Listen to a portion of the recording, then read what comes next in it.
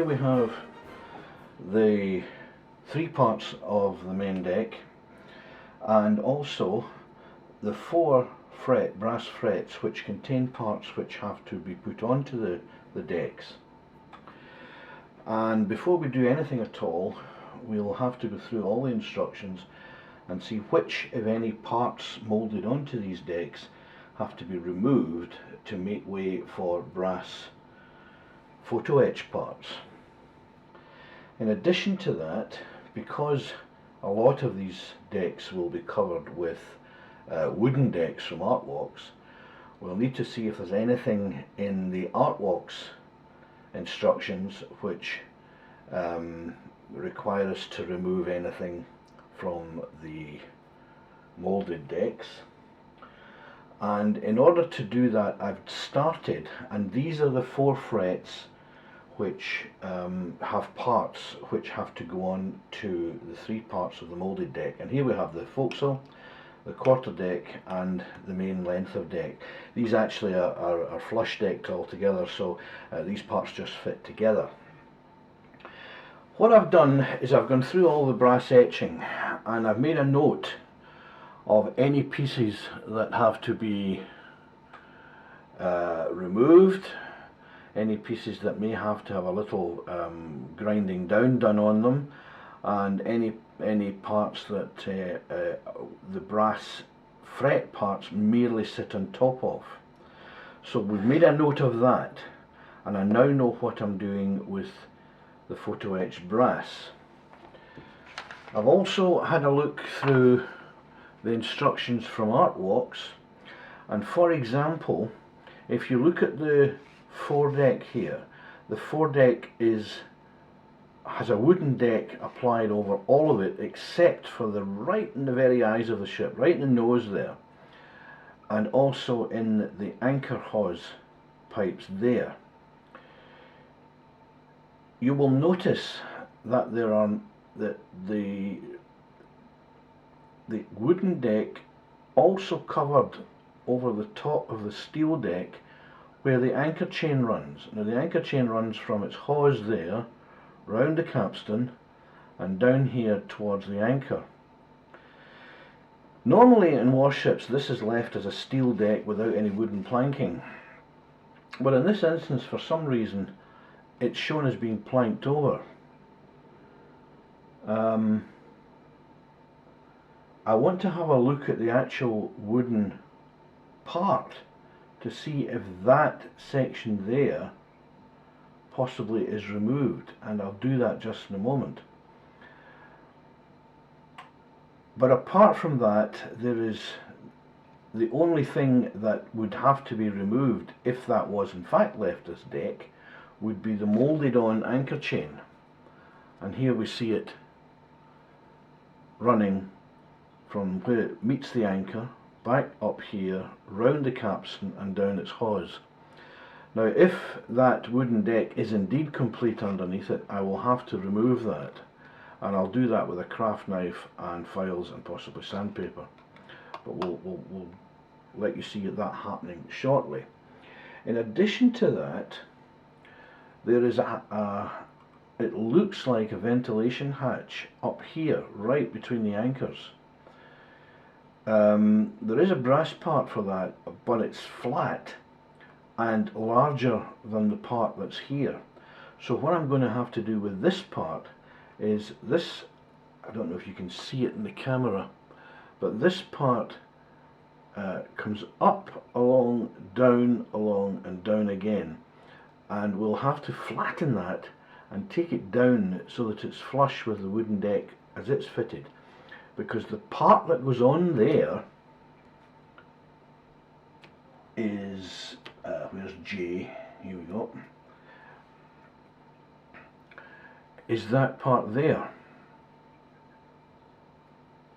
which is larger than that there, so that would have to sit partially on top of the wooden deck. So we'll have to file that down so that it's flush. Take that wee bit that sticks up there, take that off so that it's flush with the applied wooden deck. So there's quite a bit that has to be thought out before we actually do anything. And as I say, I've started on that by making a note of what brass parts are applied and how they're applied, whether they replace a piece I need to scribe out or take out, or whether they just go on top. There are one or two brass parts which are larger than the piece that's moulded onto the plastic deck, and if I give you another example of that, on the quarter deck and also indeed on the foredeck, there is a hawse here that mooring ropes would go through. As it's moulded onto the quarter deck, it's actually larger, considerably smaller than the piece which is shown on the brass, photo etched brass parts, which are here. Now these are considerably larger, even with the folding that's going to have to go on, than these parts up here. So what I'm going to have to do is I'm going to have to take these out, take them off altogether, apply the wooden deck, then cut back with a craft knife the space on the wooden deck that's left, so that it's then large enough to apply that. So, and if we hadn't thought about that before we did it, we may have been in some trouble. This is the plan from Flyhawk of where all the photo etch parts go and the moulded plastic parts that they apply to. On some occasions, for example here, it's shown with the wee knife, which means take it out. On others it's shown with a wee knife saying take it out, but I don't think that would be the best thing to do. On this main part of the deck, up here we have a breakwater, and that will be replaced by a photo etch part, so that will have to come out altogether. It shows on the Flyhawk plan that the front nose of this, whatever this is, has to come off. I'm not convinced about that. It may be, it might not be. I need to look a lot more closely at the photo etch part and this to see how they compare and see what we're going to have to do there. But I believe that there's actually 3 photo etch parts get applied here. So certainly a lot of this will have to be left, and I'm not sure about that leading part. So that's the very brief introduction as to what we're going to have to do with the deck. When it gets to the point of putting the wooden decks on, my experience has been that wooden decks may lift. They may lift round the edges. But that doesn't happen if the plastic parts are washed and dried in order to degrease them. Because as you pick them up with your hands, sweat from your fingers gets applied onto the plastic, and that grease can interfere with the setting of the glue when you apply the decks. So these will have to be washed and dried properly, and from that point onwards held only using plastic gloves to prevent fingers grease getting onto the plastic parts. In addition to that, there will have to be many parts of it sprayed with a primer. I'm not comfortable with the sticking of glue onto a primer. Certainly onto a top coat grey, it does not stick well. I haven't in the past had any difficulty with it sticking to a primer, but I'm just always a bit uncertain about that. So what I'm proposing to do is to mask this off, all 3 deck parts, before I apply primer. Now, it doesn't matter about these parts because the decks don't come anywhere near them, and indeed in that barbette there, and that part of the barbette on this one, because the decks don't come anywhere near them. So what we have to do is mask off only those sections of the plastic which have deck applied. That'll be quite complicated to do, and it'll take some time. We'll probably cover it with photographs later in the commentary. So there we are, that's where we are at the moment. I'm going to look a bit more closely about the fitting of some of these parts and of the deck parts, and when we come back we'll start to remove pieces from these 3 parts of the deck so that we can move on from there. Well, in this section we're going to remove the moulded on anchor chain, and as you can see on the foredeck section there's quite a long length of it running from its hawse up round where the capstan will be and along to where the anchor will emerge. So we have two of them on the foredeck, and on the quarterdeck we have a very short length here that we'll have to remove.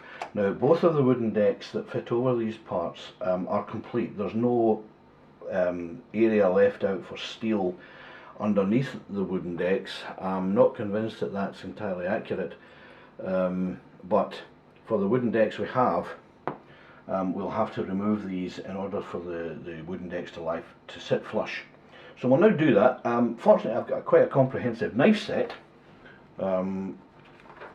That's my knife set. So I've got a number of handles, I've a huge number of blades, sharpening stone, and I've got some oil somewhere that I use with the sharpening stone. For this particular purpose I found using this knife here, just hold that like that, it's got a square edge there, and I find this probably the best that I can use to remove anchor chains. I've also in the past used this one, which is an angled blade, but it's very short there, and that can be quite precise with that knife. So between these two knives and then later files and possibly even sandpaper, we'll get these down flush. Now the way we do this is you're just going to be a bit careful, and we'll start with the very short one so that you can see how this works. Basically you make sure that this is held firmly. Watch your fingers, because if this slides you'll take the end of your finger off, so just watch your fingers, and then you can just start paring away at the anchor chain.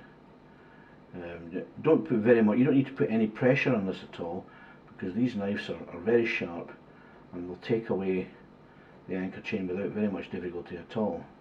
Indeed, that's almost gone down flush now at this end. Just remove a bit of swarf there.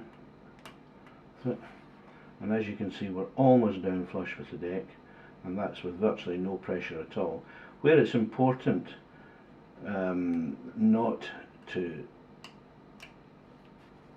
scrape into the surrounding plastic, and you'll see I just nicked a wee bit there.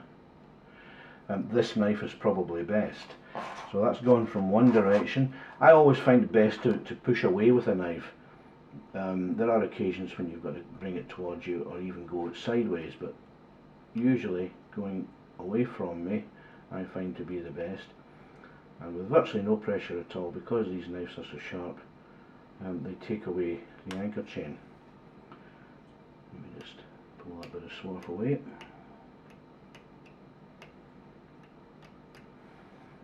There's also a brass part which sits on top of this moulded hawse pipe hole here, and that is because on the ship itself this certainly would not have been wood, and it would have had to have been steel. The chain rattles through there at a great pace, and if it was wood it would just send splinters flying in all directions. But there's a little bit of anchor chain moulded on top, so we'll just remove that as well.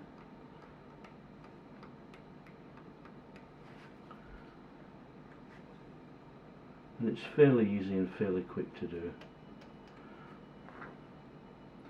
Having got down now to what is virtually deck level, just a wee bit at the end there that seems reluctant to come up, so we'll just go at it a bit more forcefully. That's it. Now, if you'll excuse me just for a moment, I'll go and get a file.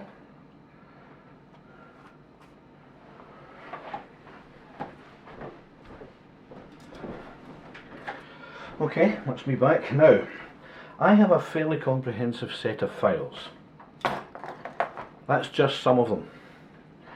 And the reason I have so many is because there are lots of instances where I'm looking for a file and I don't have one that will fit particularly well into the bit that I'm trying to do. But in this case, I have one here which is fairly sharp pointed. It's a fine file.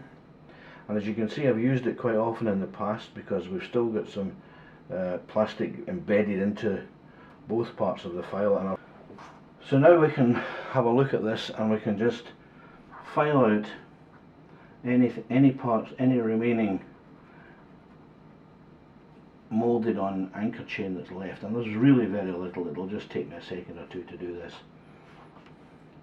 Because these files have got sharp edges on them, it means you can go right up to the edge of it, the parts that are nearby. Now, and because we're putting deck on top of this, I don't need to be too careful about the surrounding moulding. But that's it. That's taking it right down to the moulded deck. You can still see it, but I can assure you that's virtually flat there now. And we'll do that on, we'll now move up to the bow, and we'll take these much longer stretches off, so that the deck can sit comfortably on top of them. The next three photographs will show the stern deck, the quarter deck and the two together after the moulded on anchor chains have been virtually removed. I think I did a bit of sanding after that was done, but they're virtually removed then. And in the next two photographs, the pointer is pointing at the set of hawse on the main deck that have to be removed. So we've got two at the front here, and in the next photograph we have two at the back. So we'll now remove these and carry on from here. Well, we've removed almost all of the parts we've to remove now. Just got two left to do. That's here and here on the main deck. At least I hope it's only two parts to do. So we'll just whip them off just now. When you're doing this, by the way, one of the things that's important to remember is not to lean on your knife. The amount of plastic that you take away per swipe, if you like, is not really, or it shouldn't be dependent on the amount of force you put in the knife. It should be dependent on the angle of the cutting edge, very much like planing in woodwork. So just take your time, keep your angles shallow, don't try and take off too much at any one time, and you'll find that the offending part will come away quite cleanly.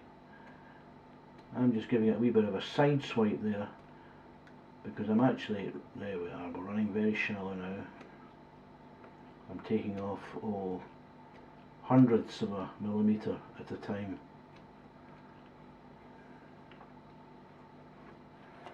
It's almost gone now.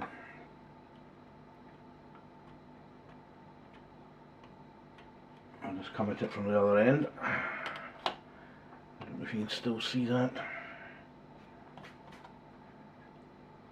But just take your time, keep your angle shallow, don't try and take off too much at any one time, or without a doubt you will gouge into the plastic, and that is the very last thing that you want to do. Now that is it, virtually gone. I need to get a little closer to my own eyes now to have a look at it. Let's see if I can make sure. Now where it is there, and I'm just using the very point of this small knife now just to clean out where the edges between the planking will be.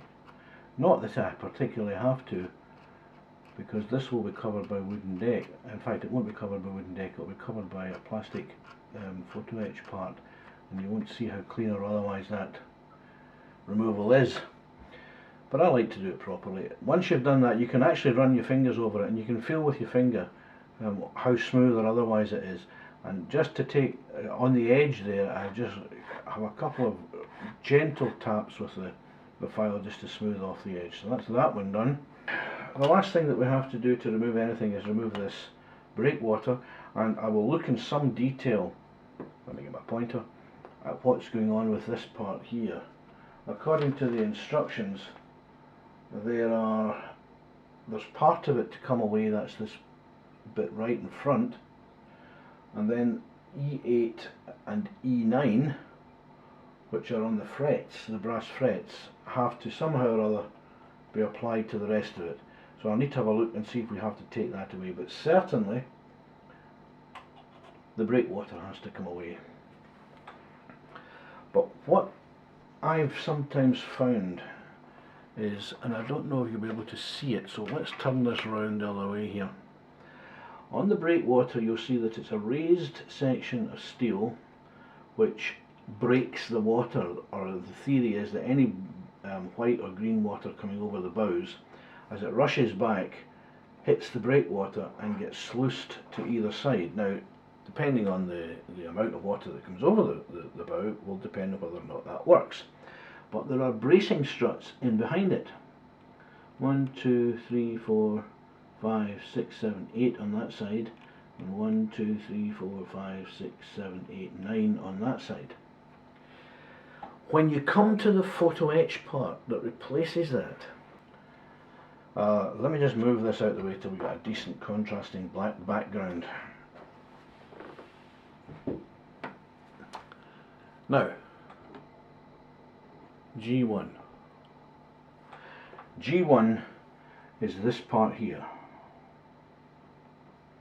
And it has the 1, 2, 3, 4, 5, 6, 7, 8 on one side, and 1, 2, 3, 4, 5, 6, 7, 8, 9 on the other side, the steel struts. Now, in order to fit these steel struts, let me just check the back, yeah. In order to fit these steel struts, you have to turn them through 90 degrees that way, and then 90 degrees that way. So imagine this is a steel strut and we have it there. You would have to turn it that way and then that way to make it fit.